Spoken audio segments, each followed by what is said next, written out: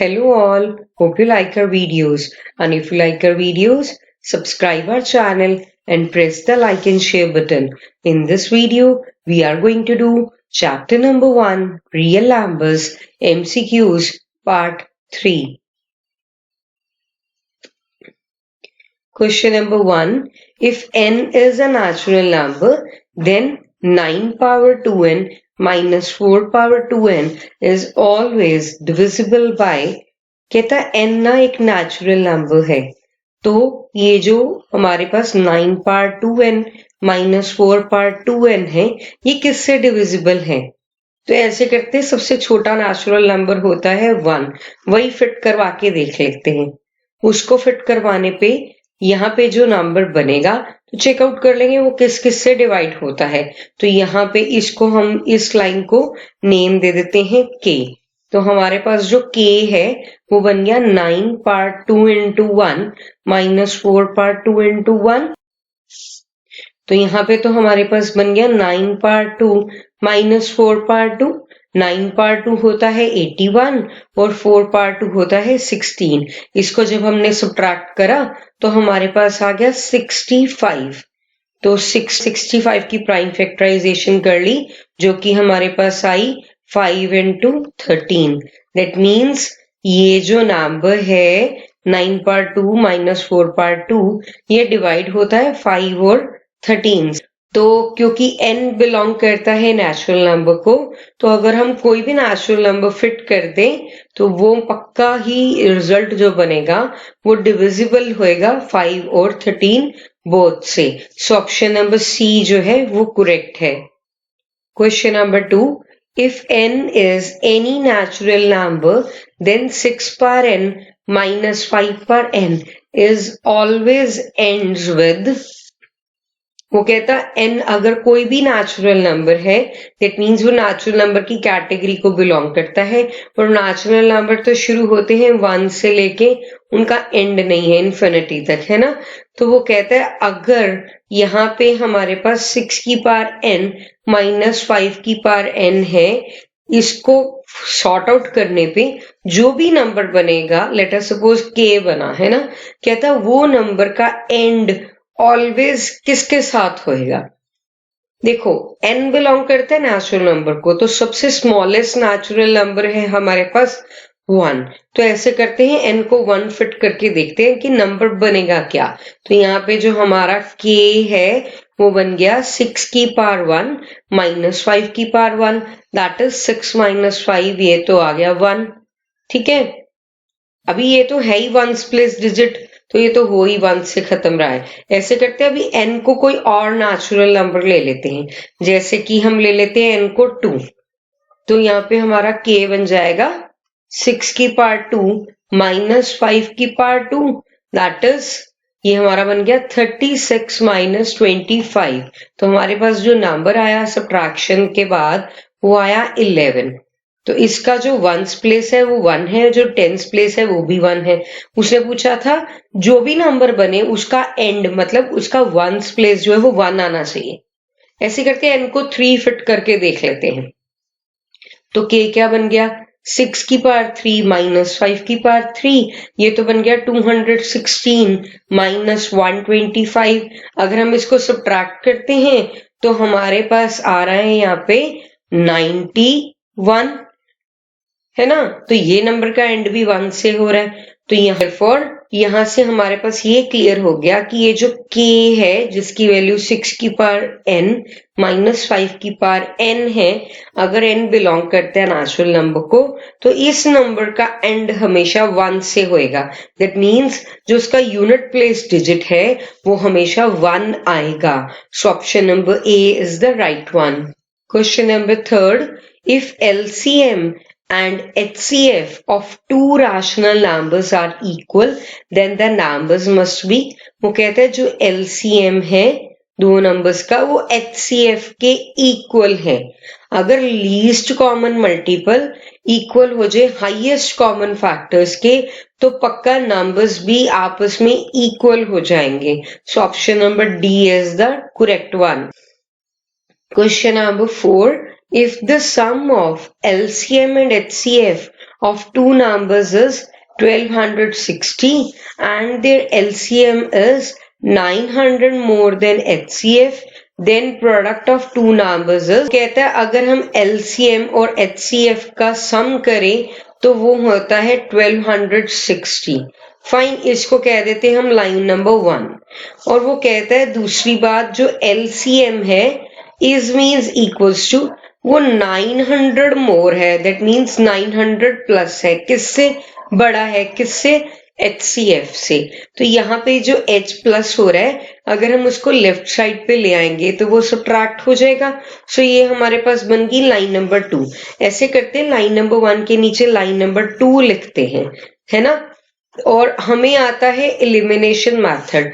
यहाँ पे तो ऐड करने पे ही HH कट गया, that means no sign change. Add means no sign change. So L plus L is 2L, और इन दोनों को जब हमने प्लस करा तो हमारे पास 2160 आ गया. तो जो भी 2 मल्टीप्लाई हो रहा है वो उधर जाके डिवाइड हो जाएगा. तो जब हम इसको डिवाइड करेंगे हमारे पास आ जाएगा 1080. ये हमारा LCM आ गया. इसको हम लाइन नंबर 1 में फिट कर देते हैं तो हमारा यहां से HCF भी जो है वो निकल जाएगा. सो HCF की वैल्यू हो गई 1260 माइनस 1080. तो ये तो आ गई हमारे पास 180. फाइन. उसने कहा हमें प्रोडक्ट निकालना है किसका? 2 नंबर्स का. हमें तो ये पता है जब हम LCM को HCF से मल्टीप्लाई करते हैं तो वो आता है प्रोडक्ट ऑफ 2 नंबर्स. मैंने दोनों नंबर्स को ले लिया A और B. अभी लकीली हमारे पास LCM और HCF हम दोनों के दोनों जो है फाइंड आउट कर चुके हैं. तो यहाँ पे उनकी वैल्यूज जो है वो हम रिप्लेस कर देते हैं और हमारे पास आ जाएगा प्रोडक्ट ऑफ 2 नंबर्स. इसको मल्टीप्लाई करने पे हमारे पास बना 1,94,400. तो प्रोडक्ट ऑफ 2 नंबर्स जो है वो हमने फाइंड आउट कर लिया. सो ऑप्शन नंबर B जो है वो हमारा आंसर है. Question number 5.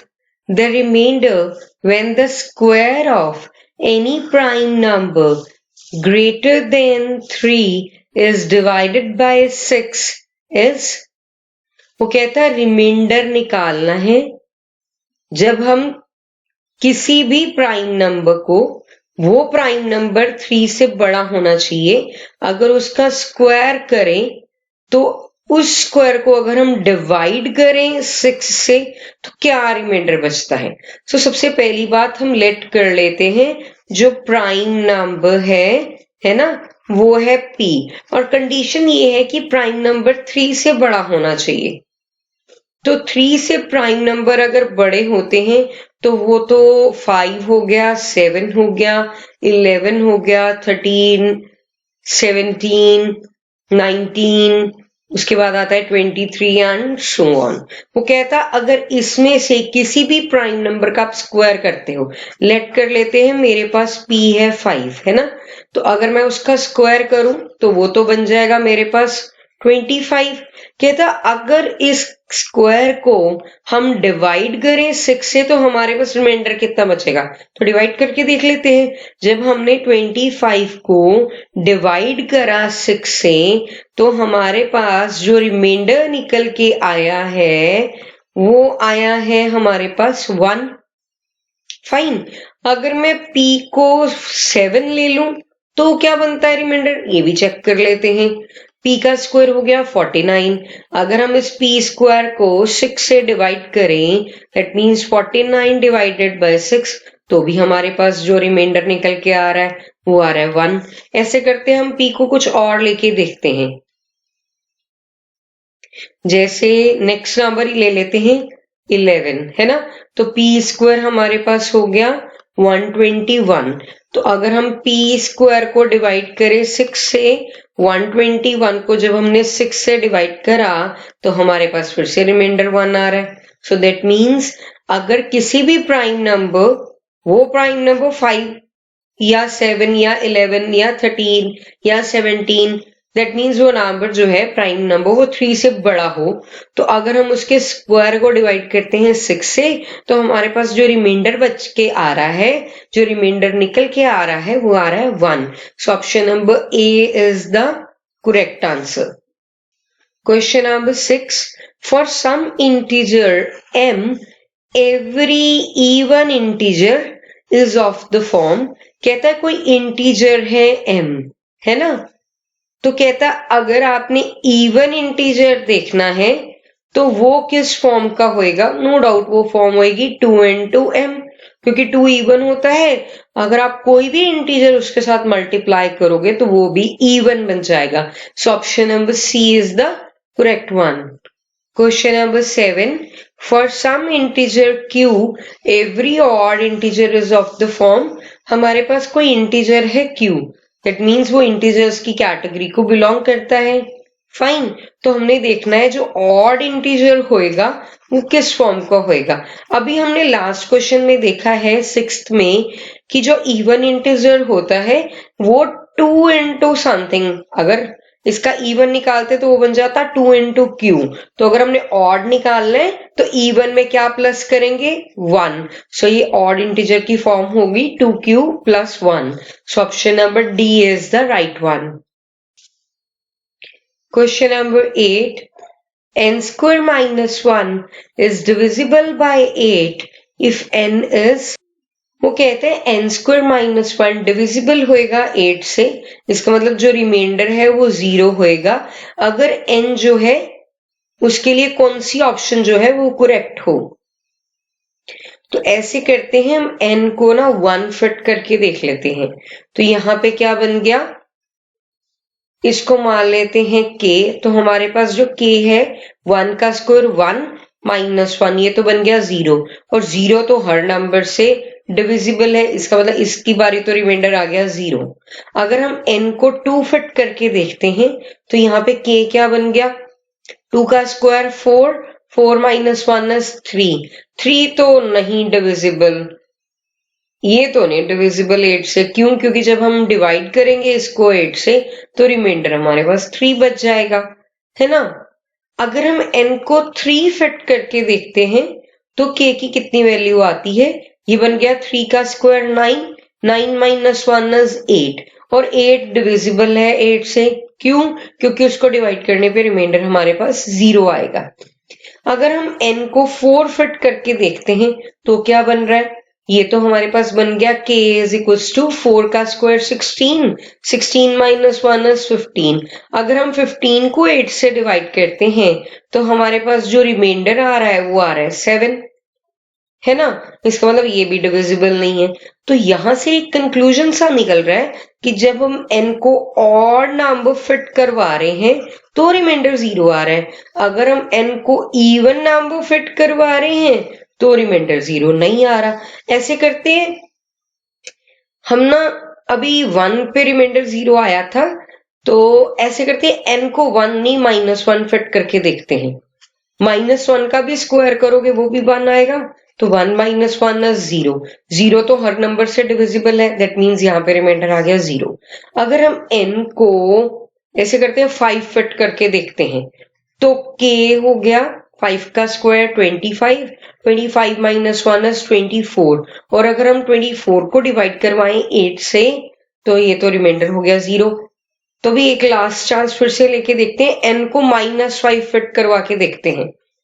तो यहाँ पे हमारे पास k आ गया, -5 का स्क्वायर इज ऑल्सो 25, तो 25 माइनस 1 इज 24, 24 तो 8 से डिविजिबल है, तो यहाँ पे हमारे पास जो रिमाइंडर आया है वो 0 है. तो यहाँ पे हमारे पास एक रिजल्ट निकल के आ रहा है कि अगर हम n को कोई भी एक ऑड इंटीजर फिट करें तो जो बन के आ रहा है k वो डिविजिबल होएगा 8 से, है ना. सो ऑप्शन नंबर सी जो है वो करेक्ट है. Question number 9. The decimal expansion of the rational number 33 upon 2 power 2 into 5 will terminate. So देखो, टर्मिनेट तभी करेगा, ये रैशनल नंबर है p अपॉन q की फॉर्म का, जब q बन जाएगा 2 की पावर m इंटू 5 की पावर m, है ना। तो हमारे पास यहाँ पे जो नंबर है वो है 33/2 पावर 2 इंटू 5 पावर 1। तो मैक्सिमम पावर यहाँ तो 2 के पास है, तो हम 5 की भी उतनी ही पावर बना लेते हैं उसको टर्मिनेट करने के लिए। तो हमने 5 से मल्टीप्लाई डिवाइड करा। हमने तो ये चेकआउट करना है कितने प्लेसेस ऑफ डेसिमल के बाद टर्मिनेट होएगा। तो ऊपर चाहे मल्टीप्लाई नहीं करते तो नीचे बन गया 2 पावर 2 इंटू 5 पावर 2। दो बेसेस अलग हैं डिनोमिनेटर में पर पावर सेम है, तो पावर एक ही बार ही लिख लेते हैं और अंदर वाले एलिमेंट्स जो हैं 2 इंटू 5 वो मल्टीप्लाई। सो दैट मीन्स ये जो हमारे पास नंबर दे रखा है 33/2 पावर 2 इंटू 5, ये टर्मिनेट करेगा after 2 decimal places. Option number B is the right. Hope you like our video. Watch the next video for chapter number 1, Real Numbers, MCQs part 4. And do not forget to press the bell icon for latest notifications on our channel. Thanks for watching.